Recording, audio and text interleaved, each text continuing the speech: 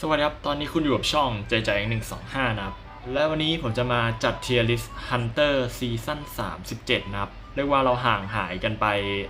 นานพอสมควรนะครับกับเทียร์ลิสต์รอบที่แล้ว แต่รอบนี้มีตัวใหม่เข้ามา ผมก็จะมาจัดใหม่นะครับ แล้วก็มีหลายๆตัวที่ปรับบัฟเนิร์ฟก็จะมีการเปลี่ยนแปลงนะครับ ซึ่งขอหมายเหตุไว้ก่อนว่าคลิปนี้เป็นแค่ความคิดเห็นส่วนบุคคลของผมเท่านั้นนะครับ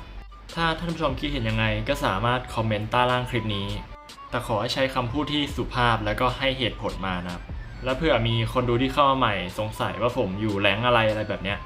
ก็ผม36ดาวทั้งฮันทั้งเซอร์นะครับไฮด้าแล้วก็เฮอร์คิวลิสแล้วก็เคยติดอูฉางเทียร์เอสนะครับแล้วก็ต้องบอกไว้ก่อนนะครับว่าเทียร์ลิสนี้ผมจะไล่ตามความเก่งของตัวละครจากซ้ายไปขวาด้วยนะครับแล้วก็จะเปรียบเทียบจากความสามารถสูงสุดที่ฮันเตอร์ตัวนั้นทำได้นะครับแบบโปรเพลเยอร์หรือแบบเทียร์เอสอะไรมาเล่นอะไรประมาณนั้นนะครับต้องบอกไว้ก่อนนะครับถึงจะเป็นเทียร์ซีเนี่ยแต่ว่าทุกตัวละครสามารถไต่ขึ้นไฮดราสามารถขึ้น100 ดาวได้หมดนะครับอยู่ที่สกิลเพลย์นะครับมาเริ่มกันตัวแรกครับวูชางหรือว่า Black and White นะครับตัวลูกรักผมเองผมให้อยู่ที่เทียร์ B นะครับเท่าเดิมเลยอูฉางเนี่ยได้บัฟมานิดหน่อยนะครับก็คือจะสามารถแปะดีบัฟล่มเขียวเราได้เนี่ยนานขึ้นแล้วก็เรื่องระยะการตีนิดหน่อยที่ไม่ค่อยเห็นผลแล้วก็ลดคูลดาวน์กระดิ่ง1 วินะครับอย่างอื่นก็คือเหมือนเดิมแต่สิ่งที่ผมมองว่าเป็นข้อเสียอันใหญ่หลวงที่เกิดขึ้นครับก็คือตอนนี้เซอร์สามารถส่งแชทบอกฮันเตอร์ได้ซึ่งถ้าเกิดมีใครสักคนรู้ว่าแบบตานั้นเป็นอู่ฉางใช่ไหมครับผมบอกเลยคือถึงผมจะเคยไต่ไปเทียร์เอสอะจะถามว่ามีตาที่ผมไล่ใครไม่ได้ไหมก็มีนะครับคือบางตาเนี่ยถ้าเกิดเราไม่ได้เจอตัวปั่นขาตายแบบพวกแมคคานิกไมล์ไอเนี่ยการจะไล่ต้นเกมโดยที่แบบเขารู้ตัวอยู่แล้วเนี่ยเป็นอะไรที่ยากมากครับคือไปเจอแบบทนายแบบเนี้ยผมบอกเลยว่าไล่ไม่ได้ไล่ยากมากๆแบบยากโคตรเลยครับคืออูฉางต้นเกมมันตัวที่ไล่ยากอยู่แล้วเพราะว่ามันมีแค่ล่มแปะดีบัฟการที่เซอร์คอ4หรือแบบรู้ว่าฮันเป็นตัวอะไรเขาย้ายตอนไหนอะไรแบบเนี้ยเขาไปทางไหนอะไรแบบเนี้ยอูฉางมันไม่สามารถเล่นแบบจัมป์เอาแผลได้เลยครับทำให้แบบบางตาเนี่ยถ้าเกิดเจอตี้คอ4อูฉางเป็นตัวที่เล่นแทบไม่ได้เลยแล้วก็เป็นตัวที่เซอร์เขามาซับกันง่ายด้วยโดนซับง่ายครับเจอแบบทิกเก็ตฟอร์เวิร์ดผมบอกเลยเละเจอคอ4ก็เละครับข้อดีอูฉางที่มีก็คงจะเป็นการโซนเครื่องไปกับตอนเหลือ3คนแบบเนี้ยหรือว่าการเฝ้าเก้าอี้เอาแว่นแตก3ขั้นก็เป็นวิธีหากินของอูฉางปัจจุบันครับปัญหาของอูฉางก็ฟิลเดียวกับกาลาเทียครับก็คือต้นเกมไล่ยากแต่ผมมองว่าอูฉางไล่ยากกว่ากาลาเทียแล้วก็สกิลเต็มไม่ได้แบบเฝ้าเก้าอี้ตายเท่ากาลาเทียต้องพูดแบบนั้นดีกว่าส่วนการโซนประตูผมว่าก็ไม่ได้เท่าไหร่อ่ะอูฉางมัน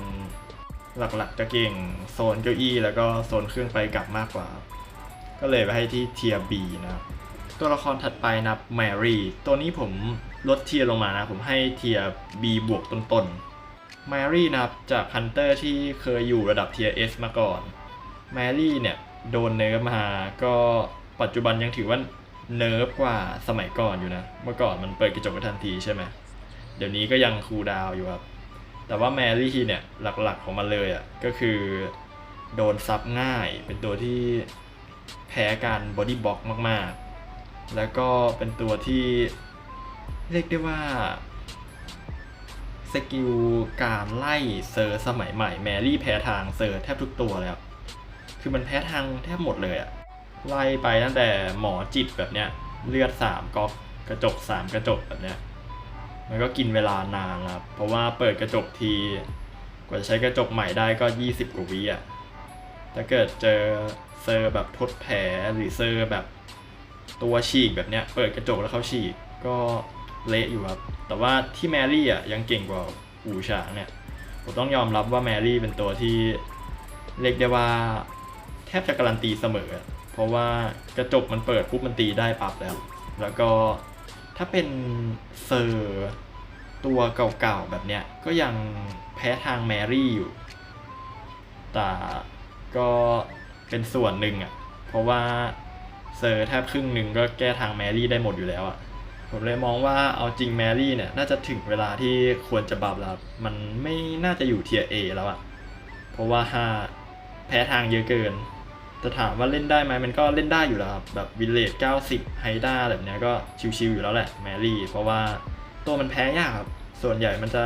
จบลงที่เสมอแบบเนี้ยถ้าเกิดเราไม่ไล่เร็วมากๆจริงๆผมก็เลยไปที่เทียร์ B บวกนะครับถัดมา Ivy ตัวนี้เทียร์ S ไปเลยครับ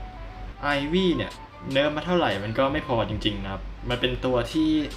เรียกได้ว่าโซนเก่งระดับต้นๆแล้วล่ะที่สุดของเกมณปัจจุบันแล้วนะครับซึ่งตัวโซนเนี่ยเรียกได้ว่าคือถึงมันไล่ไม่เก่งอ่ะแต่มันโซนเก่งอ่ะผมบอกเลยว่ามันก็ยังเล่นได้อยู่ดีเพราะว่าตัวมันอ่ะการที่เซอร์จะชนะเนี่ยเซอร์จะต้องสื่อสารกันดีมากๆแบบสื่อสารแบบวิ่งฉีกไปฮิวไปปั่นเครื่องนี้หลอกอะไรแบบเนี้ยคือแบบมันเป็นตัวที่ต้องพึ่งการสื่อสารของเซอร์แบบสุดๆเลยครับการที่จะรับมือ Ivy ได้เนี่ยซึ่งถ้าเกิดว่าไม่ได้เจอตี้คอ4ที่เป็นงานจริงๆเนี่ยผมมองว่า Ivy เนี่ยแทบจะการันตีชนะได้ตลอดครับคือมันเป็นตัวที่จุด4แต่ยังเก็บ3ได้อะถึงแม้จะโดนเนิร์ฟมาแล้วนะมันโดนเนิร์ฟเรื่องถอนหินได้ไวขึ้นใช่ไหมแต่ว่าผมมองว่ามันก็ยังเล่นได้อยู่อ่ะคือมันยังเก่งในระดับที่เป็น Tier S ได้ครับเพราะยังไงตอนเลดเกมเนี่ย Ivy สกิลเต็มมันก็มีเซอร์อยู่แค่ไม่กี่ตัวครับที่สามารถสกิลฉีกระยะวงระเบิดความหวาดกลัวของ Ivy ได้ทันนะครับเพราะตอนสกิลเต็มเนี่ยบอกตรงว่า Ivy สิงใครนี่แทบจะการันตี1แผลนะครับคือแบบมันเกรดเต็ม100แทบจะ 100% อ่ะถ้าเกิดไม่ใช่ตัวที่มันมีสกิลฉีกทันทีอ่ะแล้วก็เรื่องการมาซับ Ivy แบบเนี้ยผมก็มองว่ายากอย่างเช่นแบบจะส่งคาร์บอยทริกเก็ตหรือฟอร์เวิร์ดมาซับเนี่ยบอกตรงว่า Ivy ไม่ต้องเอาเกาะทองมาด้วยซ้ำอ่ะใช้บิงปกติเลยเพราะว่ายังไงเนี่ยการที่เซอร์จะสกิลซับเนี่ยยังไงเซอร์ก็ต้องหันหน้ามามอง Ivy ครับ Ivy ก็แค่กดแห่ตอนอุ้มก็ได้ทำให้ยังไงมันก็ซับ Ivy ไม่ได้ครับคือแบบวิ่งมาซับก็เหมือนวิ่งมาแจกแผลมันไม่ได้จริงๆผมก็เลยยังคงให้ Ivy อยู่ Tier S ต่อไปนะครับแล้วก็มีน้องคนหนึ่งคอมเมนต์มาว่าอยากให้ผมบอกตัวแก้ทาง Hunter แต่ละตัวในคลิปจัด Tier List ด้วยผมก็Ivy นะครับง่ายๆเลยตัวฉีกระยะไม่ว่าจะเป็น Cheerleader นักบินอัคคีภัยอะไรประมาณนั้นน่ะพวกตัวฉีกระยะทั้งหลายนะครับตัวถัดมาฝันร้ายหมออีกานะครับผมให้ Tier B ข้างๆอูฉางเลยผมพูดตรงๆว่าตัวนี้มันก็พอๆกับอูฉางเลยนะครับก็คือต้นเกมเนี่ยสกิลการไล่ของมันเนี่ยผมมองว่าก็ไม่ต่างกับอูฉางอะไรมากหรอกคือถ้ารู้วิธีการแก้ทางการแบบหลบเหลี่ยมอะไรแบบเนี้ยไอการเสียบของหมออีกามันก็แทบไม่มีผลนะครับคือถ้าเกิดเซอร์แก้ทางเป็นอ่ะมันก็เล่นได้แต่ความเก่งของหมออีกาเนี่ยจะไปอยู่ช่วงเลทเกมนะครับก็คือการเรื่องโซนประตูเพราะว่าสามารถปล่อยอีกาทำให้เปิดประตูช้าอะไรพวกนี้ได้แล้วก็เลทเกมมันเสียบค่อนข้างจะแบบทำให้ตามตัวเซอร์ได้เร็วครับการปล่อยอีกามันก็เป็นการชะลอเครื่องได้นิดหน่อย 10% นะครับมันก็พอได้แหละยังดีกว่าทำอะไรไม่ได้เลยแต่ต้นเกมก็นั่นแหละครับข้อเสียหลักๆก็คือมันไล่ยากมันไล่เซอร์ยากนะครับถ้าเซอร์แก้ทางเป็นส่วนเรื่องการเฝ้าเก้าอี้มันก็ไม่ได้เก่งอะไรมากนะครับคือถ้าไม่ได้ดักไกลตั้งแต่หน้าปากซอยจริงๆอ่ะก็เบิร์นยากอยู่การโดนซับอะไรถ้าสกิลเต็มก็อาจจะไหวถ้าสกิลไม่เต็มก็จะเป็นตัวที่โดนซับได้อยู่ครับผมก็เลยยังมองว่าหมออีกาก็ประมาณอูฉางนี่แหละเทียบีนะครับถ้าอยากให้หมออีกาเก่งขึ้นก็ลองบัฟให้มันเสียบแบบโค้งๆเหมือนแอนได้ดูแล้วกันนะครับถ้าเป็นแบบนั้นเนี่ยน่าจะโกงเลยตัวถัดมาโอเปร่าตัวนี้ผมให้เทีย A บวกนะครับหลังจากที่มันโดนเนิร์ฟทำให้ต้นเกมพุ่งค่อนข้างหนืดนะครับทำให้ผมมองว่ามันไม่ได้น่ากลัวอะไรเพราะจะเป็นเทีย S แล้วอะคือเมื่อก่อนนี่มันเป็นตัวที่ไล่เร็วมากใช่ไหมครับเพราะว่าการต่อเงาต้นเกมเนี่ย มันไม่ต่างอะไรกับสกิลเต็มปัจจุบันเลยนะคือมันแบบเร็วมากเมื่อก่อนแต่ปัจจุบันมันหนืดขึ้นเยอะครับแต่ถามว่าเล่นได้ไหมผมมองว่ามันเล่นได้เลยนะเพราะจากที่ดูแบบคนที่ต่อเงาแบบสมูทแบบชำนาญจริงๆแบบนักแข่งที่ชนะ COA ล่าสุดก็ใช้โอเบร่าเล่นนะครับโดยที่มันก็หนืดเหมือนกับแพทที่เราเล่นอยู่นะครับแต่ว่ามันก็ยังเล่นได้คือสกิลของโอเบร่าเนี่ยการต่อเงาครั้งแรกๆมันจะแบบพุ่งหนืดๆใช่ไหมครับแต่ว่าไอ้รอบหลังๆเนี่ยมันจะเร็วขึ้นซึ่งผมมองว่ามันเร็วพอที่จะไล่ละคือมันไล่ได้เลยเป็นตัวที่ไล่เก่งตัวหนึ่งอาจจะไม่ถึงขั้นโกงแต่ยังเป็น A บวกได้อยู่ครับยังไม่ตกไปเทียร์ A ผมมองว่ามันเรียกว่าไม่ค่อยแพ้ทางตัวอะไรเท่าไหร่แก้ทางเซอร์หลายตัวด้วยเพราะเซอร์ปัจจุบันมันแบบตัวฉีกตัวทดแผลอะไรแบบเนี้ยโอเบร่ามันเป็นตัวที่ตามได้มันค่อนข้างจะแก้ทางเซอร์เมตาปัจจุบันอยู่ผมก็เลยมองว่าโอเบร่ามันเล่นได้แล้วก็เรื่องการโซนเครื่องโซนเก้าอี้โอเบร่าก็เรียกว่าใช้ความเร็วในการไล่สู้แบบก็คือถึงมันจะแบบไม่ได้โซนเครื่องอะไรโหดแต่ว่ามันใช้ความเร็วของมันนี่แหละโซนคนไปกลับได้คือมันเก่งจริงนะถ้าเกิดว่าต่อเงาแม่นอยู่ที่สกิลเพลย์ครับโอเบร่ามันมี potential ในการแบบไปได้สูงแต่อาจจะไม่ S แล้วล่ะเพราะว่ามันโดนเนิร์ฟมาเป็น10 รอบแล้วจะให้ S ก็เกินไปถามว่าตัวอะไรแก้ทางโอเบร่าง่ายๆเลยครับนักธนูน่าจะแก้ทางโอเบร่าแบบเห็นชัดสุดแล้วล่ะส่วนพวกตัวซับตัวอื่นผมมองว่าก็เฉยๆอ่ะคือโอเบร่าเขาไม่ได้กลัวซับขนาดนั้นอ่ะคือมาซับก็โดนโอเบร่าพุ่งฟาดอย่างเดียวเป็นตัวที่โดนหมูป่าซับได้ครับเพราะโอเบร่ามันตามหมูป่าทันก็จะให้อยู่ที่เทียร์ A บวกนะครับสำหรับโอเบร่าตัวถัดมาฮาราบารูตัวนี้ผมยังให้อยู่เทียร์ S อันดับที่ 1อยู่นะครับเพราะว่าตัวมันเนี่ยข้อดีหลักของมันคือมันเป็นตัวที่จ่ายดาเมจได้ไวมากๆคือเป็นตัวที่ไล่เก่งแล้วก็ถึงโดนซับอ่ะมันก็สามารถไล่ซัดคนที่มาซับได้เพราะว่าตัวมันจ่ายดาเมจไวครับมันแบบสแปมเลยอ่ะช่วงเลดเกมอ่ะมันสแปมบอลได้แบบเบิ้ลบอลรัวๆจ่ายดาเมจรัวมากเลยนะถ้าเกิดเล่นแบบช่ำๆจริงๆถึงมันจะมีแบบช่องโหว่เยอะก็ตามเถอะเรื่องการหมุนวงเรื่องการแบบเดินสวนการแบบแอบมุมใช่ปะแต่ว่าผมมองว่ามันก็ยังเล่นได้อยู่อ่ะคือถึงมันจะมีจุดบอดบ้างแล้วก็เรื่องที่ว่าวงแดงมันกันฟอร์เวิร์ดไม่ได้แล้วแต่ผมมองว่ามันก็ยังโหดสุดอยู่ดีนะตอนนี้นะครับฮาราบารูจ่ายดาเมจได้รัวจริงๆคือที่โล่งๆนี่ฮาราบารูเก็บเรียบอยู่หลังไม้แล้วก็ใช้ดับเบิลเซอร์ไพรส์เล่นได้อยู่ดีครับคือมันยังไหวเรียกว่ายังไหวการเฝ้าเก้าอี้ผมก็มองว่าโอเคนะคือถ้าเกิดว่าเราเจอจากไกลๆแบบนี้บางทีเซอร์ก็ยังเข้าถึงยากอยู่ดีการเข้าเก้าอี้นะครับหลักๆฮาราบารูมันก็จะไปแพ้พวกตัวทดแผลนี่แหละทดแผลเยอะๆก็จะเสียเวลาไล่พวกตัวฉีกก็อาจจะไม่กลัวเท่าไหร่นะครับฮาราบารูตอนนี้ก็จะทรงฟิวๆกับโอเบร่าช่วงแรกนะครับก็คือมันโซนเครื่องไม่ได้แต่ว่ามันไล่ไวแบบโคตรมันจ่ายดาเมจไวนะครับนั่นแหละข้อดีของมันผมก็ยังให้อยู่เทียร์ S อันดับ 1อยู่ดีและปัจจุบันนะครับมองว่าเก่งกว่าแกะขาเป๋ตัวถัดไปนะครับแกะขาเป๋เป็นตัวหนึ่งที่เรียกได้ว่าผมหนักใจมาก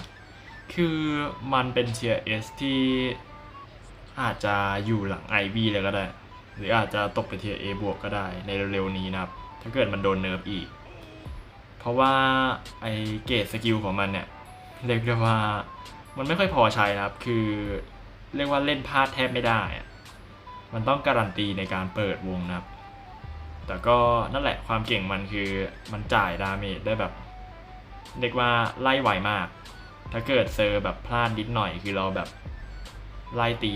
ได้เลยคือเราเปิดวงตีแบบเร็วมากแต่ว่าหลังๆเซอร์น่าจะเริ่มแก้ทางเป็นละการสวนวงอะไรพวกเนี้ยแล้วก็แกะเนี่ยมันต่างกับฮาราบารูนที่ว่ามันค่อนข้างแพ้ทางการซัพพอร์ตครับคือถ้าเกิด ช่วงเลทเกมแบบเนี้ยเซอร์มาลุมกัน3 คนผมบอกเลยเกรดวงเราเปิดไม่พอครับคือถ้าเกิดเราเปิดปุ๊บไม่ได้แผลทันทีแบบเนี้ยเซอร์เขาพังกงทันนะเซอร์เขาพังกงทันแล้วคราวเนี้ยงานจะงอกครับเพราะว่าเราตีได้แค่เสี้ยวพอเราตีแค่เสี้ยวก็ตีหลายทีมันก็จะเสียเวลาเรียกว่าตอนเนี้ยแกะขาเป๋ข้อเสียหลักก็คือมันเกรดวงไม่พอใช้การเบิ้ลเก้าอี้ผมมองว่าปัจจุบันทำยากมากนะครับการเบิ้ลเก้าอี้ห้องวีอะไรพวกเนี้ยแกะขาเป๋เนี่ยเพราะว่าบางทีเราไล่ล้มเนี่ยเกรดเรามันก็แทบจะหมดอยู่แล้วอะก็เกรดจะชาร์จมาคงเปิดได้แค่วงเดียวอะไม่งั้นเราจะไม่มีวงไปไล่ตัวที่ออกจากเก้าอี้นะครับก็เลยจะตีได้แค่แผลเดียวแล้วก็ต้นเกมเนี่ยถ้าเกิดเราเปิดวงพลาดเนี่ยผมมองว่าแบบเปิดพลาดสัก2-3 วงไม่ได้แผลแบบเนี้ยก็แทบจะเสมอแล้วนะครับถ้าพลาดแบบ5-6 วงขึ้นไปก็เตรียมตัวแพ้ละเป็นตัวที่เรียกว่าพลาดไม่ได้มันเก่งจริงแต่ว่าถ้าเล่นพลาดก็คือเจ๊งเลยแกะขาเป๋ส่วนตัวแก้ทางของแกะก็พวกตัวทดแผลทั้งหลายนะครับผมบอกเลยว่าแพ้ทางกว่าฮาราบารูอีกนะเพราะว่าแกะเนี่ยถ้าเดินแบบบล็อกสัก1 ทีแบบเนี้ยแล้วก็เสียกรงไป40 เกตผมบอกเลยปัจจุบันเกตมันรอนานมากครับกูจะเปิดได้กรงหนึ่งฉะนั้นเรียกว่าใช้สอยอย่างประหยัดครับก็เลยให้ไว้ที่เทียร์ S อันดับล่างสุดนะครับสำหรับแกะขาเป๋ตัวถัดมาแม่งูตัวที่เรียกได้ว่าอยู่กับเมตามาแทบจะตั้งแต่แรกๆที่เกมเปิดนะปัจจุบันก็ยังให้อยู่เทียร์ A บวกอยู่นะเป็นตัวที่เรียกได้ว่าความสามารถมันเนี่ยแบบสุดจริงๆอ่ะเป็นตัวโซนที่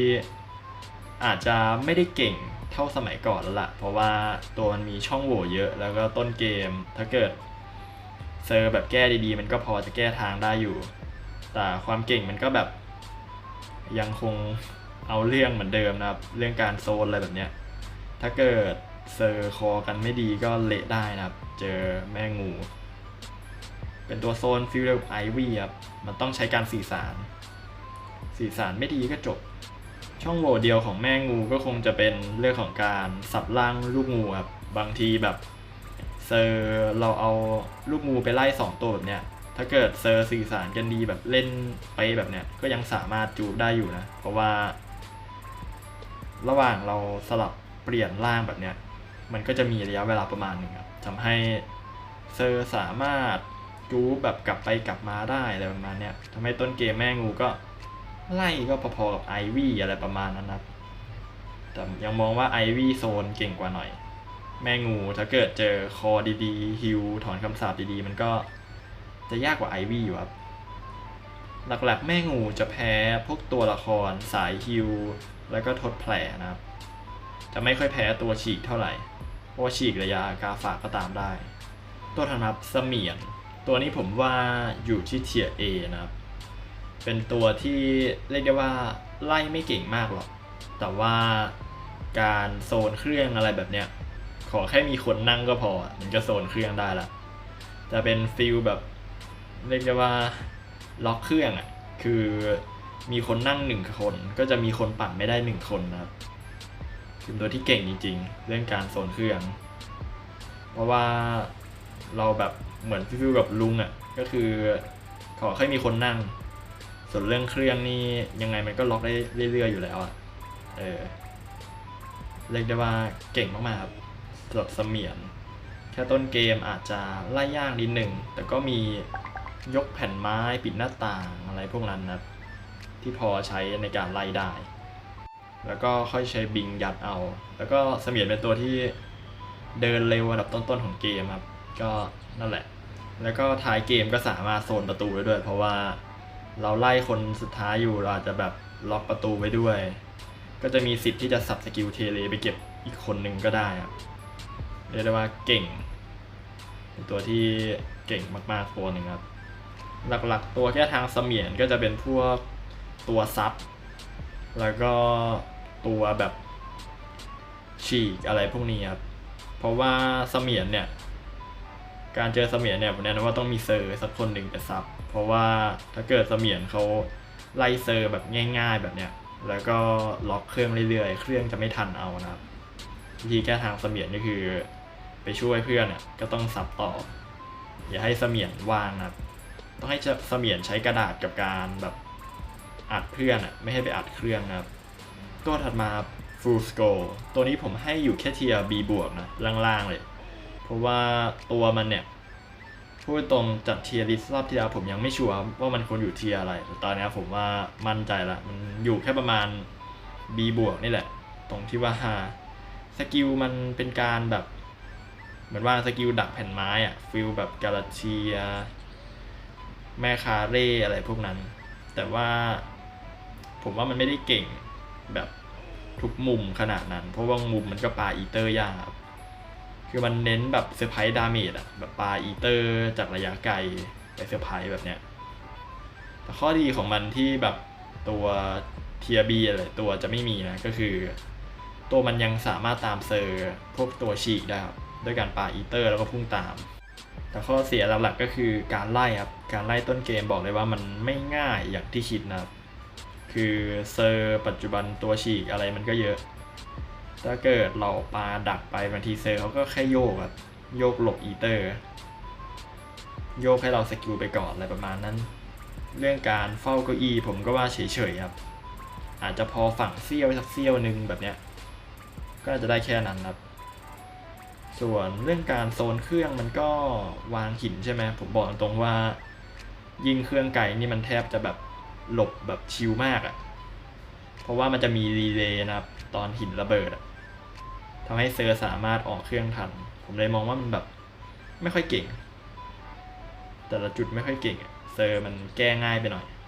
ตอนสกิลเต็มอาจจะหวังดาเมจได้หน่อยแต่ว่าก็ไม่เท่าไหร่ครับว่าไม่เท่าไหร่ยังดีตรงที่ว่าตัวมันตามตัวฉีกไกลๆได้ตัวที่ Full Scroll แพ้ทางก็น่าจะเป็นพวกตัวซับนี่แหละครับเพราะว่ามันกันซับยากนะยิ่งคนไปล้มที่โล่งๆแบบเนี้ย Full Scroll นี่คือก็น่าจะโดนพวกนักธนูอะไรซับเละถ้าไม่เอาเกราะทองมาตัวถัดมาอีทากวานะครับเป็นตัวที่ผมเล่นบ่อยมากๆช่วงที่มันมาแรกๆนะครับตัวที่การไล่ล่าของมันเนี่ยก็เก่งประมาณนึงแต่ว่าโดนเนิร์ฟมาค่อนข้างเยอะครับเรื่องของระยะการดูดลมการพุ่งอะไรแบบเนี้ยทำให้การโซนเก้าอี้การไล่คนที่2อะไรมันก็อาจจะทำได้ยากขึ้นครับจะถามว่ายังเก่งไหมก็ยังไล่ได้อยู่ครับไม่ได้แย่นะยังอยู่ระดับแบบเทียร์ A ได้อยู่ถึงระยะมันจะสั้นลงเยอะก็ตามเถอะแต่ว่าอีทากวามันก็ยังพอตามพวกตัวฉีกอะไรได้อยู่ครับแต่ว่าอาจจะต้องจ่ายสกิลแบบเมื่อก่อนจะจ่ายรอบเดียวรอบนี้จะต้องจ่ายแบบสัก2 รอบจะตามถึงตัวอะไรประมาณนั้นครับถ้าถามว่าอีทากวาแพ้ตัวประเภทไหนก็จะเป็นพวกตัวซับตัวสตันทั้งหลายครับอีทากวาจะไม่ค่อยชอบเท่าไหร่ตัวถัดมากวางตัวนี้ผมให้อยู่ที่เทียร์ A ต้นๆเลยนะเป็นตัวที่เรียกได้ว่าไล่ค่อนข้างเก่งแล้วก็มีสกิลในการตามเซอร์ครับด้วยฮุกแล้วก็สามารถโซนเครื่องสุดท้ายได้โซนประตูได้ด้วยการวางแทร็ปแบบซึ่งเรียกได้ว่าถอนนานมากแล้วก็การเฝ้าเก้าอี้กวางบอกเลยว่าค่อนข้างโหดครับตรงที่ว่าเราอาจจะสามารถตีดาเมจสัก 75% ให้กับตัวช่วยได้อยู่แล้วทำให้เขาเข้าแค่เฟสเดียวแล้วก็กวางเนี่ยยังสามารถเรียกได้ว่าเฝ้าเก้าอี้โหดกันอีกเผลอๆยังจะสามารถแบบตีคนล้มก่อนถึงเก้าอี้ได้อีกครับคือมันไม่สามารถวางกับดักก็จริงแต่ว่ามันสามารถวางกับดักนอกระยะและถึงเซอร์เข้ามาได้เป็นทริคที่ผมเจอแบบกวางเทียร์ A ทำบ่อยมากทำให้ตัวที่แบบไม่ใช่ตัวช่วยแบบจริงจังหรือแบบคนที่ไม่มีไฟล์วิวแบบเนี้ยแทบจะดึงเก้าอี้ไม่ได้นะครับถ้าถามว่ากวางแพ้ทางพวกตัวอะไรผมมองว่าแพ้ทางพวกตัวลันเครื่องเพราะว่ากวางสกิลโซนเครื่องมันค่อนข้างจะจำกัดครับคือโซนก็โซนได้แค่เครื่องเดียวถ้าเกิดเครื่องรันเร็วจริงๆมันก็ยากแบบตัวถัดมาแว็กตัวนี้เป็นตัวที่บอกว่าเก่งมากนะผมให้ท็อปเทียร์ A แทบจะไป A บวกด้วยซ้ำเป็นตัวที่อาจจะข้อเสียมันคือมันยิงพื้นที่มีกำแพงสูงไม่ได้มันพอหลบเหลี่ยมได้อยู่ แต่ว่ามาเป็นตัวที่ไล่ก็ถือว่าเก่งประมาณนึงครับเรียกว่าไล่กลางๆอาจจะอยู่ที่แมปที่เจอนะครับแต่ว่าตัวนี้มันค่อนข้างจะรับมือได้หลายตัวแว็กซ์เนี่ยก็คือมันไม่ได้แพ้ซับครับเพราะว่าคือมาซับมันก็โดนแว็กแบบกระจายอ่ะเป็นตัวที่ไม่ค่อยแพ้สตันครับคือมันแบบเจอเซอร์ได้หลายแนวเอางั้นดีกว่าคือมันแบบรับมือเซอร์ได้หลายแนวแล้วเราสามารถทำแบบดับเบิลดาเมจได้อีกแบบอาจจะยิงแว็ก90แบบเนี้ยให้เขาเดินสโลว์แล้วเราก็ไปตีแล้วเราค่อยยิงให้เต็ม100แล้วก็ตีอีกรอบหรือไม่จ่ายแว็กให้เขาครบ100ไปเลยแล้วก็ใช้แว็กร้อนยิงแล้วก็ตีธรรมดาทำให้ตัวเนี้ยมันก็เฝ้าเก้าอี้เก่งครับคือมันเฝ้าเก้าอี้เก่งและมันสามารถยิงโซนเครื่องระยะไกลได้ด้วยระยะแว็กมันบอกเลยว่าไกลมากนะครับคือมันสามารถยิงแว็กปิดเครื่องได้เป็น10 วิอ่ะผมเลยมองว่ามันแบบค่อนข้างครบเครื่องไม่ได้กลัวซับไล่ก็ได้โซนเครื่องก็ได้ตัวที่ครบตัวหนึ่งเลยถ้าถามว่าแว็กจะแพ้ทางตัวอะไรก็จะเป็นพวกตัวฉีกครับทำให้ต้นเกมอาจจะไล่ยากถ้าเจอตัวฉีกเยอะๆตัวถัดมาปุโรหิตตัวนี้ผมให้เทียร์ A เหมือนกันนะแต่ว่าจะลองมาจากตัวแว็กนิดนึงตรงที่ว่าตัวมันค่อนข้างจะแพ้ทางแบบปี้คอ4นิดนึงนะครับตรงที่ว่าแบบถ้าเกิดคอกันแบบเนี้ยการแบบสื่อสารให้แบบรับคู่แชร์คู่อะไรแบบนี้มันจะดีกว่าแล้วก็ตัวปุโรหิตเนี่ยหลักๆมันจะชอบแพ้ตัวฮิวนะครับคือมันโดนฮิวสู้ได้ตาไหนเจอตัวฮิวบอกเลยว่าเล่นยากมากครับแต่ข้อดีของมันคือเป็นตัวที่ไม่ต้องโซนเครื่องเองสามารถแชร์เปอร์เซ็นต์เครื่องได้อยู่แล้วเราแบบแค่มากดแบบออโต้เชื่อมขั้วบ่อยๆก็พอเพื่อเกี่ยเปอร์เซ็นต์เครื่องนะครับแค่นี้มันก็แบบทำให้เครื่องค่อนข้างนานอยู่ละเราก็แค่แบบไล่ให้ได้ก็พอซึ่งตัวเนี้ยเอาจริงๆมันก็ไม่ได้ไล่ยากอะไรมากหรอกคือถ้าสกิลปลดล็อกเมื่อไหร่ก็เรียกว่ายิงขั้วแบบสแปมได้เลยครับเป็นตัวที่ขอแค่เล็งแม่นแล้วก็ดูเรื่องของการรับแผลอะไรนิดหน่อยอ่ะปกติข้อเสียอย่างเดียวก็คือถ้าเกิดโดนเซอร์แชร์แผลก็จะต้องตีหลายรอบกว่าจะลงครับแต่ว่ามันก็ไหวอ่ะมันก็ไหวอยู่ดีครับการโซนเครื่องโซนประตูเป็นอะไรที่โหดมากโซนประตูนี่แบบถ้าเปิดประตูช้ามาก็เซอร์ไม่ต้องเปิดอ่ะยาวๆไปเป็นตัวที่เสมอค่อนข้างง่ายครับเพราะว่าเซอร์ต้องปั่นไฟแบบทุกเครื่องทำให้โอกาสเสมอตัวนี้ค่อนข้างสูงครับการโดนซับก็ค่อนข้างยากนะมีแค่ไม่กี่ตัวที่จะพอซับปุโรหิตได้ตัวที่ต้องใช้ระยะนิดนึงถ้าเป็น forward แบบเนี้ยถ้าเกิดเรายิงคู่ที่ตัวเองเอาไว้แบบเนี้ย forward ก็ซับไม่ได้ครับตัวถัดมากิ้งก่าตัวนี้ผมให้อยู่ที่เทียร์ B บวกนะยังไม่อยากให้ถึงขั้น A เท่าไหร่เพราะว่าตัวมันเนี่ยจะเก่งมากๆก็ต่อเมื่อเราเล่นใน PC ครับเพราะว่าเราจะแบบคอนโทรลการแบบโดดได้แบบ360องศาเลยคือถ้าในมือถือมันจะบางทีมันหันไม่ค่อยทันครับถ้าใน PC บอกเลยว่าค่อนข้างเก่งมากๆแต่ถามว่ามันยังแก้ทางได้อยู่มันก็แก้ได้ครับถ้าเกิดว่าเซอร์มองดีๆแบบเนี้ยมันยังพอส่วนกิ้งก่ากระโดดได้อยู่นะยกเว้นแต่เขาจะแบบสกิลปลดล็อกแล้วก็กระโดดได้หลายรอบแบบคือถ้าสกิลเต็มเป็นตัวที่โหดเลย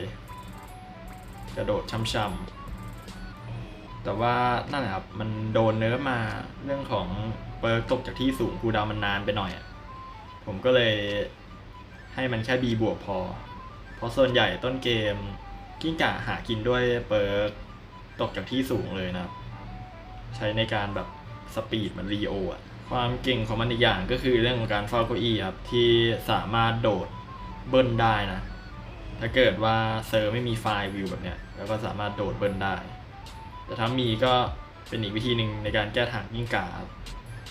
ถามว่ากิ้งก่าแพ้ตัวอะไรก็พวกตัวที่มันสปีดสูงๆครับจะทำให้แบบเราโดดไปปุ๊บเขาแบบหลบง่ายก็จะประมาณนั้นตัวถัดมาบอลเป็นตัวที่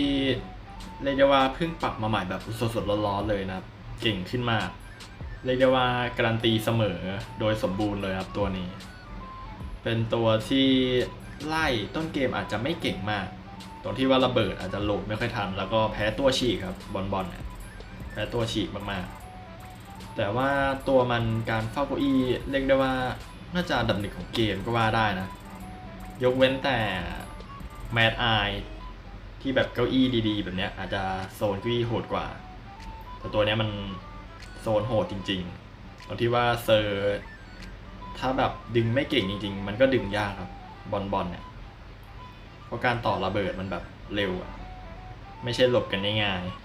ๆส่วนใหญ่ก็จะขายกันครับแต่ปัจจุบันมันขายบอลไม่ได้เพราะว่า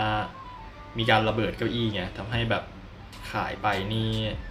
เพื่อนก็บินภายใน30กว่าวิอะก็เลยไม่คุ้มทำให้ตอนนี้บอลบังคับให้เซอร์มาช่วยครับทำให้เรามีสิทธิ์ทำเซอร์ล้มหน้าเก้าอี้สูงขึ้นเพราะเซอร์มาช่วยแล้วไงการไล่การต่อระเบิดเนี่ยผมว่ามันก็ฟีลเดียวกับกาลาเทียมันจะแพ้ตัวฉีกถ้าไม่เจอตัวฉีกก็เป็นตัวที่ไล่ก็เก่งอยู่นะนั่นแหละครับส่วนเรื่องการโซนเครื่องอาจจะต้องเน้นอุ้มไปโซนเพราะว่าการโยนระเบิดมันก็พอขู่ได้นิดหน่อยประมาณนั้นนะครับก็เลยให้ไว้ที่กลางๆเทียร์ A นี่แหละตัวถัดมาแอนตัวนี้บอกเลยว่ามันเก่งอยู่แล้วล่ะผมให้เทียร์ A ต้นๆเลยก็เดี๋ยวไปกันไวๆหน่อยนะครับเดี๋ยวคลิปมันจะยาวเกินไปแอนนะครับง่ายๆเลยคือต้นเกมไล่กลางๆครับโซนเก้าอี้เก่งมากตัวหนึ่งครับถึงว่าจะโดนเนิร์ฟเรื่องของระยะเวลาสตันรอบ2ใช่ไหมแต่ว่าเพราะเป็นตัวที่โซนเก้าอี้โหดมากตัวหนึ่งแล้วก็หลังจากที่สกิลปลดล็อกขั้นแรกแล้วเนี่ยมีการกดไกด์เนี่ยบอกเลยว่าไม่มีทางที่จะซับแอนได้ครับเป็นตัวที่มันกันซับได้แล้วก็มีสกิลในการตามเซอร์อย่างการกระโดดเนี่ยพอสมควรตามได้ครับมองว่าต้นเกมก็ไม่ได้ไล่ยากโซนก็โซนได้โซนเครื่องก็พอโซนได้ครับถ้าเกิดว่าอยู่ใกล้พอเอาแมวไปฝังแล้วก็กดใบก็ได้เป็นตัวที่เรียกได้ว่าเสมอง่ายมากๆครับเก่งมากๆในแหลงแล้วก็ไม่ได้แพ้พวกแบบตีคอด้วยก็เลยไปให้ที่ต้นเทียร์ A เลยครับตัวถัดมาแมดไอเป็นตัวที่เรียกได้ว่าจัดเทียร์ลิสต์ยากที่สุดในเทียร์ลิสต์ครั้งนี้ครับเพราะว่าตัวอื่นเนี่ยถ้าเราฝึกสัก100%ใช่ไหมมันก็เก่งสุดๆแล้วแบบเต็มศักยภาพแล้วแต่แมดไอเนี่ยการที่เราจะทำให้มันเต็มศักยภาพได้เนี่ยผมบอกเลยต้องฝึกแบบ500%นะคือตัวอื่นฝึกเท่าไหร่ตัวนี้ต้องฝึกมากกว่าคือมันเก่งจริงแต่ว่ามันต้องฝึกแบบขั้นสุดครับเพราะว่าทุกลายการขีดอะไรอย่างเนี้ยมันเรียกได้ว่าดึงสกิลเพลย์ได้แบบสุดๆเลยแต่ว่าข้อเสียตัวนี้หลักๆก็คือมันแพ้ซับพอร์ตค่อนข้างเยอะแพ้ตี้คออะไรแบบเนี้ยแต่ที่มันอยู่เทียร์ A ได้เนี่ยเพราะว่ามันตัวจริงๆอ่ะมันเก่งพอสมควรนะแล้วก็เซอร์ไม่ค่อยแก้ทางก็เรียกว่าไม่ค่อยช่ำมากแล้วกันเพราะว่าคือเซอร์เขาไม่ค่อยเจอแมดอาร์อยู่แล้วอะเป็นตัวที่น่าจะเจอน้อยที่สุดละในแรงทำให้การที่จะเจอเซอร์ที่แบบแก้ทางเป็นแบบจริงๆอะมีค่อนข้างน้อยอะทำให้ผมมองว่ามันแบบเล่นได้อยู่ดีคือถึงมันจะโดนซับเละเทะก็ตามเถอะแต่ว่าการปิดกำแพงอะไรพวกเนี้ยการโซนเครื่องการแบบปิดล้อมพื้นที่ไล่เนี่ยมันก็ยังถือว่าถ้าดึงมาแบบเต็มประสิทธิภาพจริงๆเนี่ยมันเล่นได้เลยแต่ต้องฝึกเยอะๆนะครับตัวนี้เหมาะสำหรับคนที่ try hard นะครับเป็นตัวที่ไล่ไม่เก่งแต่ว่าโซนเก้าอี้กับโซนเครื่องเก่งที่สุดในเกมนะครับใครอยาก try hard หน่อยก็ลองไปฝึกกันได้นะครับตัวนี้ Mad Eye ตัวแพ้ทางก็คือพวกตัวสตันแล้วก็ตัวฮิลนะครับก็จะเป็นพวกทิกเก็ตนักธนูหมออะไรพวกเนี้ยที่ Mad Eye จะแพ้ตัวถัดมาไวโอลินตัวเนี้ยผมให้เทียร์ B แบบปลายๆนะใกล้ตกเทียร์ C ละ คือมันบัฟมาล่าสุดคือทำให้สกิลเต็มของมันเนี่ยขีดซ้ำเส้นเดิมใช่ไหมครับแต่ว่ามันต้องรอสกิลเต็มไงถึงจะสามารถเฝ้าเก้าอี้แบบเข้มๆได้คือตอนนี้ไวโอลินผมมองว่าต้นเกมก็ไม่ได้ไล่โหดมากมันได้แค่บางมุมคือเซอร์เขามันหลบง่ายอ่ะแพ้ทางเซอร์หลายตัวแพ้ฟิลเดียวกับกาลาเทียแต่ว่าตัวนี้สกิลเต็มแล้วมันไม่ได้โกงแบบกาลาเทียเลยสกิลเต็มมันก็พอๆกับสกิลไม่เต็มนะครับผมก็เลยมองว่ามันแบบมันหลบง่ายอ่ะสกิลเต็มมันก็หลบง่ายแล้วก็ตัวมันไม่ได้เก่งอะไรมากกว่าจะเดินตามเซอร์ทันยิ่งเซอร์ฉีกอะไรพวกนี้ก็เละเจอเซอร์ตัวซับก็ไม่ได้กันซับได้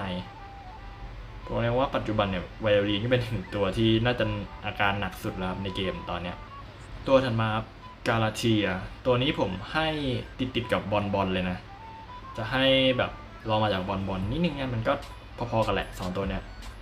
แต่กาลาเทียข้อเสียหลักของมันก็คือต้นเกมจะไล่ค่อนข้างยากถ้าเกิดเราเกี่ยวถ้าเกิดบางแมปแบบเนี้ยมุมมันไม่ได้บีบจริงๆมันก็ไล่ต้นเกมยากแต่ถ้ามันมุมบีบอย่างแมปพวกนครแบบเนี้ยหรือแบบโบสถ์อะไรแบบเนี้ยที่มันมีมุมบีบก็จะเล่นง่ายหน่อยครับแต่ว่ากาลาเทียความเก่งของมันเลยเนี่ยก็คือมันสกิลเต็มเมื่อไหร่เป็นตัวที่เจอได้หมดทุกตัวในเกมครับคือมันโกงมากๆวางแบบลูกปั้นแบบชิดเซอร์แบบเนี้ยบอกเลยว่าเซอร์ไม่มีทางหลบได้ตอนสกิลเต็มรวมร่างลูกปั้นยังไงเซอร์ก็โดนแล้วก็ตัวนี้มันก็พอจะสามารถโซนเครื่องได้อยู่ครับเอาไปแบบปักขู่เครื่องแบบนี้ก็ได้มันก็เรียกได้ว่าค่อนข้างครบเครื่องครับข้อเสียอย่างเดียวก็คือมันแพ้ตัวละครประเภทฉีกถ้าต้นเกมเจอตัวแบบฉีกระยะทุกตัวแบบเนี้ยก็จะยับหน่อยจะไล่ยากตัวถัดมาอันเดดตัวนี้ผมก็ยังคงให้เทียร์ B เหมือนเดิมนะเป็นตัวที่ไม่ค่อยเก่งเท่าไหร่ครับตรงที่ว่ามันจับเซอร์นังกวีไม่ได้แล้วก็ต้องรอเซอร์แห้งตายนะสกิลการไล่มันผมก็ว่ากลางๆครับอาจจะไม่แย่แต่ก็ไม่ได้ดีมากนะครับบางมุมแบบนี้มันก็สามารถหลบได้บางมุมมาเยอะๆก็ใช้เวลานานหน่อยอะไรแบบนี้โดยเฉพาะแมปที่มันแบบสิ่งกีดขวางเยอะๆแบบโรงงานอะไรแบบนี้ก็ถือว่าเล่นค่อนข้างยากสำหรับอันเดดแล้วก็เรื่องของเฟสการนั่งด้วยนี่แหละเพราะที่ว่ามันนานอยู่กันนั่งเก้าอี้ปกตินะครับถ้าเกิดว่าเราไม่ได้แบบสแปมสโนว์บอลไล่ล่าแบบเร็วจริงๆเป็นตัวที่เรียกได้ว่าได้แค่เสมอมันชนะยากสำหรับอันเดดนะครับตัวที่อันเดดแบบชอบเดินพวกตัวสตันเพราะว่ามันกันสตันได้แต่ถ้าตัวที่แก้ทางอันเดดก็จะเป็นตัวทดแผลตัวฮิลแบบพวกหมอจิตครับอันเดดค่อนข้างแพ้เพราะว่าจะไปย้ำคนเดิมยากขึ้นตัวละครถัดมาเกชาตัวนี้ผมให้อยู่ที่เทียร์ A ต้นๆอยู่นะเป็นตัวที่เรียกได้ว่าไล่เก่งมากๆข้อเสียของมันคือมันอาจจะเฝ้าเก้าอี้ไม่ได้เก่งเท่าไหร่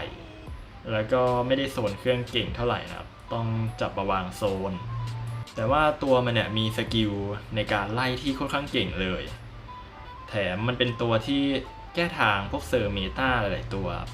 พวกตัวประเภทฉีกทั้งหลายเกชามันสามารถตามได้ความสามารถมันในการไล่พวกตัวละครใหม่ๆเนี่ยค่อนข้างสูงครับก็เลยยังอยู่ในระดับแบบเทียร์ A ต้นๆเพราะว่ามันไล่เก่งมันไล่ไวมาก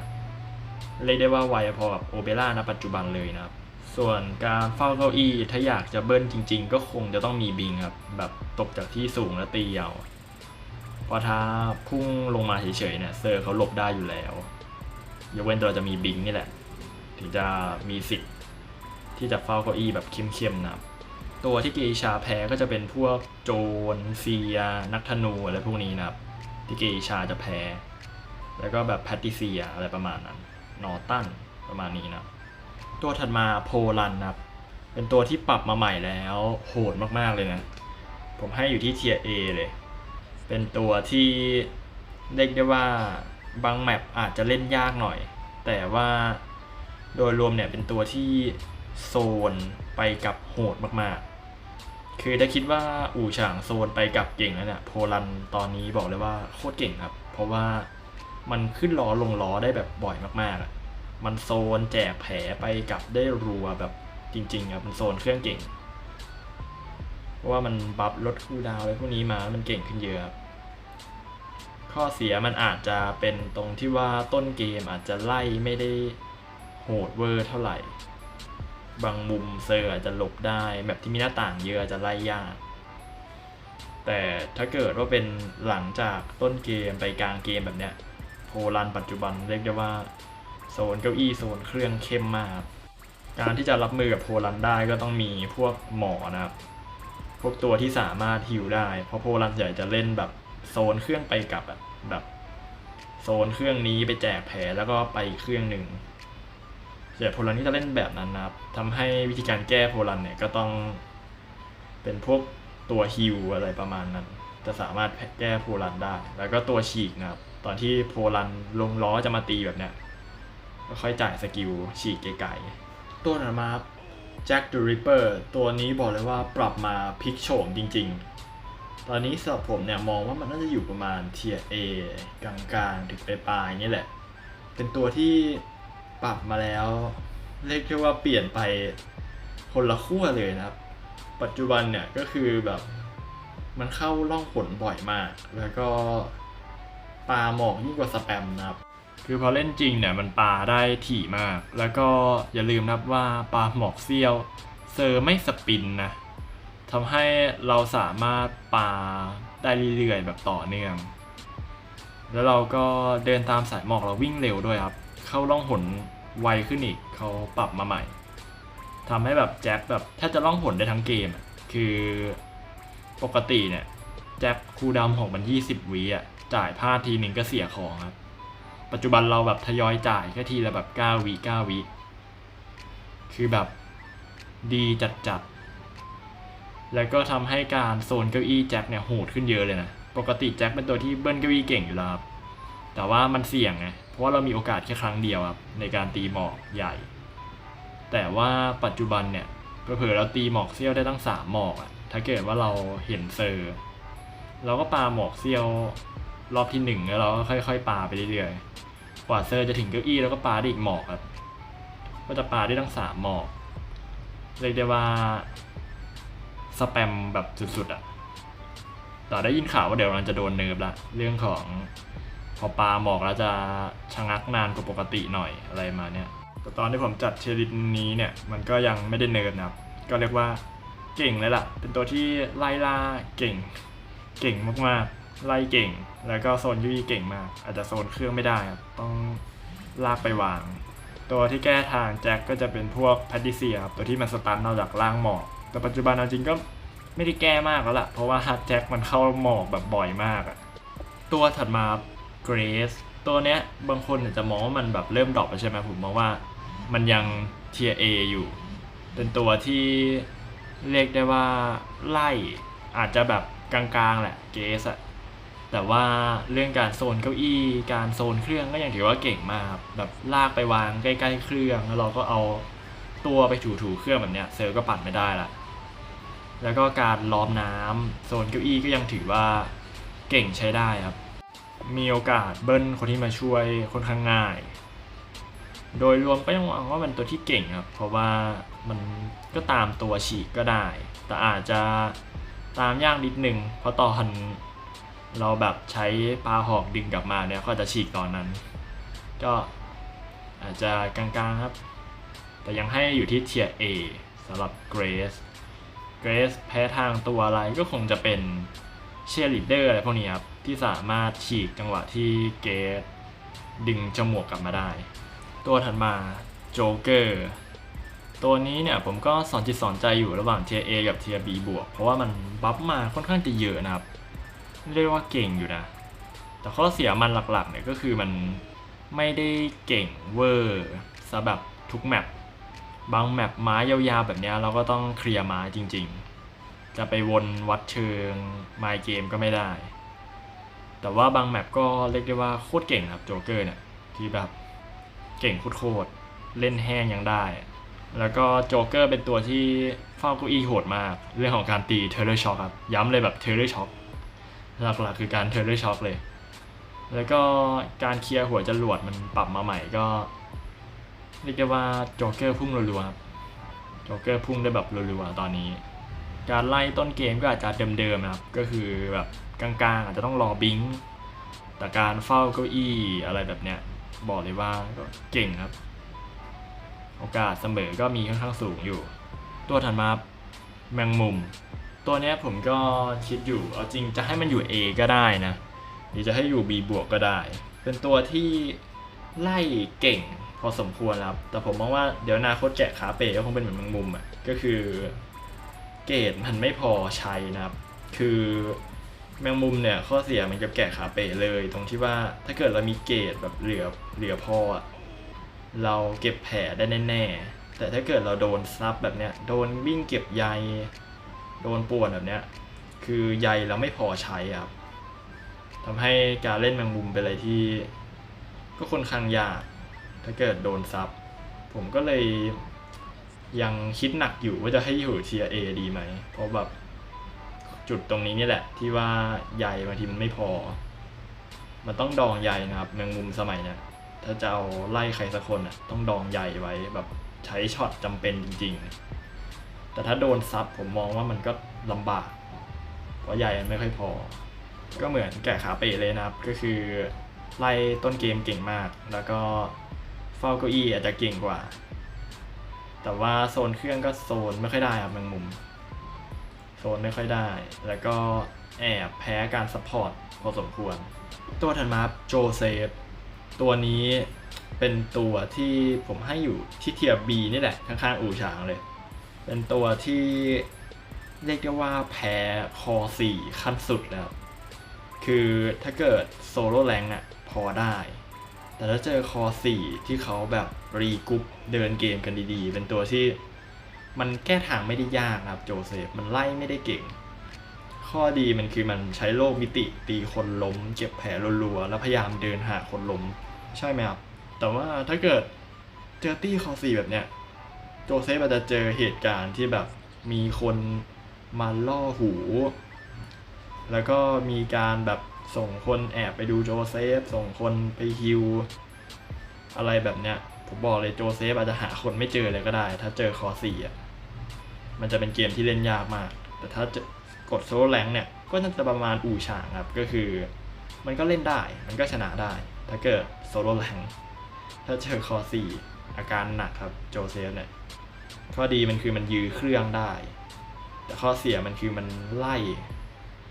ไม่ค่อยได้ถ้าเกิดใช้บริงไปแล้วเนี่ยก็คือก็หมดแล้วโจเซฟจะไปเดินตีเขาก็ยากเพราะเซอร์สมัยใหม่จู๊บค่อนข้างเก่งครับแบบตัวละครจู๊บมันเยอะถามว่าโจเซฟแพ้ทางตัวอะไรก็จะเป็นพวกหมอจิตอะไรพวกนี้ครับตัวทดแผลตัวที่มันสามารถฮิลกันได้ว่าโจเซฟหลักๆมันจะชอบฝังแผลให้คนเจ็บกันหมดนะครับแต่ถ้าเกิดว่ามีตัวรีกรุ๊ปสักตัวแบบเนี้ยมันก็จะเริ่มเล่นยากละเพราะโจเซฟมันจะฝากแผลยากขึ้นจะมีคนแอบรีกรุ๊ปแบบเนี้ยเพราะโจเซฟถ้าเกิดไปไล่คนแบบสดๆแบบเนี้ยมันไล่ยากอยู่ละการจะตีลม2แผลยากตัวถัดมาปลาหมึกตัวนี้ก็เป็นตัวเมนเก่าผมตัวหนึ่งนะที่ไม่ได้เล่นนานละเป็นตัวที่ผมมองว่าก็ประมาณไวโอลีนเป็นตัวที่แบบแพ้เซอร์ฉีกแบบขั้นสุดมันเดินตามเซอร์ไม่ทันคือมันก็เล่นคล้ายไวโอลีนนะแบบสกิลดักหน้าอะไรประมาณเนี้ยแต่โนปลาหมึกจริงมันหลบง่ายกว่าที่คิดคือบางทีเซอร์เดินสวนยังหลบได้เลยไม่เดินสวนก็เดินวนหลบหนวดแบบกันง่ายเกินครับแล้วก็หมึกมันแพ้ตัวฉีกด้วยถ้าเจอตัวฉีกขึ้นมาทีนี่คือเดินตามกันไม่ทันเพราะว่าตอนง้างหนวดนี่ก็เดินช้านะครับนั่นแหละข้อเสียปลาหมึกแต่ข้อดีก็คือตอนโซนเก้าอี้แบบเนี้ยเป็นตัวที่มันเบิ้ลตัวที่มาช่วยง่ายแต่เขายังดึงได้นะแต่ว่าเราเบิ้ลแผลง่ายเราใช้หนวดตีและตีซ้ำเบิ้ลแผลได้ครับแต่ถ้าจะเอาให้เขาล้มหน้าเก้าอี้นี่ก็ยากอยู่เพราะว่าตัวช่วยแต่ละตัวมันก็ ช่วยจากปลาหมึกก็ไม่ได้ยากมันก็แค่หลอกหนวดไปเรื่อยๆแล้วก็ตอนที่ฟาดหนวดลงมาหมึกไม่สามารถตีได้ทันทีครับยังไงเซอร์ก็ดึงได้แต่อาจจะโดนเบิ้ลประมาณนั้นครับตัวที่แก้ทางหมึกก็จะเป็นพวกตระกูลตัวฉีกทั้งหลายครับแก้ทางหมึกหมดเลยตัวละครถัดมาครับน้องถุงตัวนี้ผมให้อยู่ที่เทียร์ B บวกนะอยู่แถวแมงมุมแมรี่ประมาณนี้แหละแต่อยากให้อยู่สักหลังแมรี่เป็นตัวที่ถามว่าไล่เก่งไหมก็เป็นตัวที่ไล่เก่งประมาณนึงเลยครับแบบดึงลูกไฟม่วงดักเซอร์อะไรแบบนั้นแหะแต่ว่าหลังๆเซอร์สกิลหลบมันเยอะครับแบบสกิลหลบตัวทดแผลตัวกันแผลอะไรแบบนี้มันเยอะอะแบบเจอตัวฉีกหน่อยดึงลูกไฟก็ไม่โดนแล้วแต่ยังข้อดีนะตอนที่ว่าน้องถุงดึงลูกไฟแล้วสปินได้แล้วก็เรื่องของการเฝ้าเก้าอี้ถ้าเกิดว่าเราดึงลูกไฟถูกจังหวะจริงๆเนี่ยบางทีเราลูกไฟโดนตัวช่วยแล้วเราก็เข้าไปตีได้เป็นการกันตัวช่วยที่ค่อนข้างเก่งครับแต่ว่าไม่ได้โดนกันง่ายๆไม่ได้หลบยากมากขนาดนั้นครับแต่ว่าน้องถุงมันยังพอจะใช้ลากไม้ตามเซอร์ตัวฉีกได้อยู่นะแต่ก็ประมาณนึงครับก็เลยให้อยู่แค่เทียร์ B บวกนี่แหละถ้าว่าน้องถุงแพ้ตัวอะไรก็ตัวที่มันพุ่งได้หรือตัวที่มันรับดาเมจได้หลายแผลนะครับตัวถัดมาลีโอผมก็ไว้อยู่ที่เทียร์ B อยู่นะคืออย่างที่ผมบอกไว้เลยกับการจัดทีรอบที่แล้วว่าตุ๊กตาลูกเทพมันครับคือลูกไฟลีโอมันค่อนข้างจะแบบหลบง่ายอ่ะคือพอเห็นคนหลบเป็นแล้วแบบมันหลบง่ายกันจริงๆอ่ะคือลูกไฟตัวแดงเนี่ยเราสามารถ72ตัวมันได้อ่ะ72ได้ทำให้ลูกไฟมันตีไม่โดนส่วนตัวหุ่นใช่ไหมอันนี้ก็ง่ายๆนะครับกดถอนนี่มันก็ยืนค้างแบบ 3-4 วีแล้วอ่ะทำให้ลีโอมันแบบไม่ได้น่ากลัวขนาดนั้นกับการเข้าเก้าอี้นะแต่ถามว่ามันฟาวีเก่งไหมมันก็เก่งแหละแต่ถามว่ามันยังช่วยได้ไหมมันก็ช่วยได้ถ้าใครแบบเชิงหนาพอนะครับมันช่วยได้อยู่แล้วล่ะเพราะว่าลีโอมันปกติก็จะมีลูกไฟสัก1ลูกไม่ได้มีแบบทีเดียว2ลูกนะส่วนใหญ่จะมีไม่ถึงแล้วก็ต้นเกมลีโอมันก็ไม่ได้ไล่เก่งมากคือถ้าเกิดเจอตัวที่มันมีสกิลฉีกหน่อยหรือมีสปินแบบนี้มันก็ไล่ยากแต่ความเก่งลีโอยังมีครับตอนช่วงโซนประตู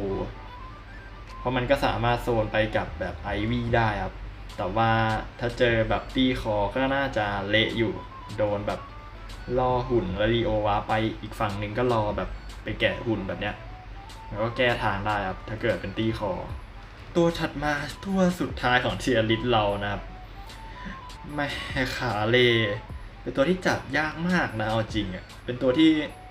เปิดมาเนี่ยเซอร์เราเนี่ยรู้วิธีการแก้ทางเต็มไปหมดเลย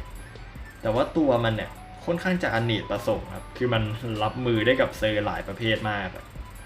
คือตัวฉีกมันก็ไม่ได้กลัวตัวแบบการแผลมันก็ไม่ได้กลัวตัวซับมันก็ชนได้คือแบบมันวัดยากมากแต่ที่ดูมาผมว่าตัวนี้มันมีแบบ potential ในการเล่นค่อนข้างสูงครับแต่แบบมันต้องเป๊ะพอสมควรอ่ะการเล่นตัวเนี้ยสกิลอะไรมันจะต้องแบบใช้ถูกจังหวะมากๆเพราะว่าตัวมันแบบมันต้องสกิลดักมันต้องสกิลมันมี3อย่างอ่ะสกิลมันมีเยอะมากถ้าเกิดเราเลือกใช้ดีๆเนี่ยผมมองว่าตัวนี้มันเก่งนะมันยังเก่งอยู่ถึงมันจะโดนเนิร์ฟไปเยอะแล้วก็ตามเถอะอาจจะไม่ได้แบบเฝ้าเก้าอี้โหดเวอร์แต่ว่าก็ยังมีสิทธิ์ดักไกลได้อยู่ครับตัวเนี้ยแล้วก็อาจจะเล่นเหมือนเกมคีปเปอร์ที่ว่าจะทำให้คนที่มาช่วยปิดดาเมจ 75% ด้วยการใช้หินระเบิดแล้วก็ตีธรรมดา1 รอบจริงผมว่ามันก็โอเคอยู่นะเพราะสกิลมันตอนนี้ผมถือว่าสกิลมันค่อนข้างถี่ครับถ้าเกิดยังไม่โดนเนิร์ฟอีกแต่ถ้าโดนเนิร์ฟเรื่องรีเลย์การดูดซับอะไรพวกนี้มาผมว่าอาจจะไม่ค่อยดีละแต่ตอนนี้ผมว่าโอเคเลย